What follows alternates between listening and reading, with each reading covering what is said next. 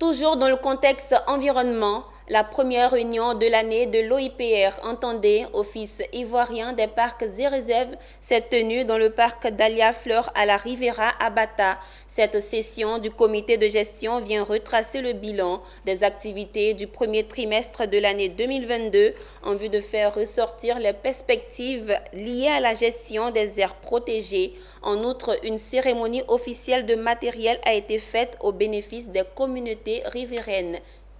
C'est une session ordinaire du comité de gestion des aires protégées qui a rassemblé les élus locaux, des ONG et des chefs de communauté dans l'optique de partager le bilan après les activités liées au bien-être des aires protégées. Ce sont des travaux de session régulières permettant la bonne collaboration avec les communautés riveraines des différents parcs et réserves en Côte d'Ivoire. Ainsi, cette deuxième session conjointe du comité de gestion du parc national du Banco et de la réserve naturelle de Dahlia Fleur a noté une grande avancée dans ses actions de préservation. Et l'ensemble des ateliers qui ont été menés concernent les ateliers d'aménagement.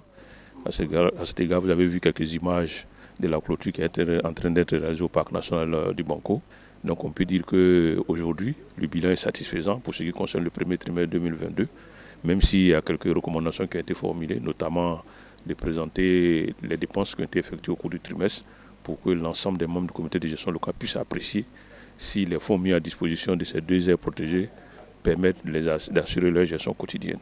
D'abord, nous, c'est la sensibilisation, parce que l'objectif, c'est de préserver la forêt. Mais pour préserver la forêt, le district a sa population. Et il faut que la population soit informée. Et tout ce que nous faisons comme réunion doit être relayé au niveau de la population pour la préservation de cette forêt. En phase avec la COP15 sur la question de la lutte contre la désertification qui se tient en ce moment à Abidjan, l'OIPR compte jouer sa partition.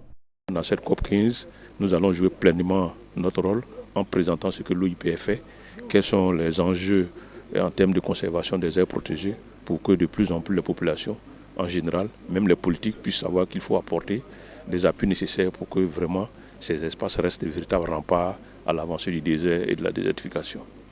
On va dire qu'aujourd'hui, c'est une action routinière que nous faisons. C'est une grande coïncidence que ce soit au jour de l'ouverture de la COP15.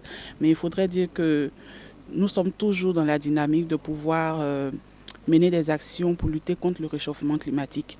Et cela part de la préservation des aires naturelles que nous avons, la préservation de la flore, la préservation de la faune et toutes les actions qui peuvent aller dans la préservation des ressources naturelles. Un autre point de cette rencontre est la remise symbolique de matériel aux communautés qui vivent à la périphérie des aires protégées. L'OIPR apporte son appui à 2 centres de santé ainsi qu'aux associations de femmes leur permettant de mener à bien leurs activités. Il s'agit en la matière d'un matériel médical et d'une machine pour la transformation du manioc. La réserve naturelle partielle de Dahlia Fleur, créée le 14 octobre 2004, a accueilli plus de 2000 touristes en 2021 selon le bilan du comité de gestion.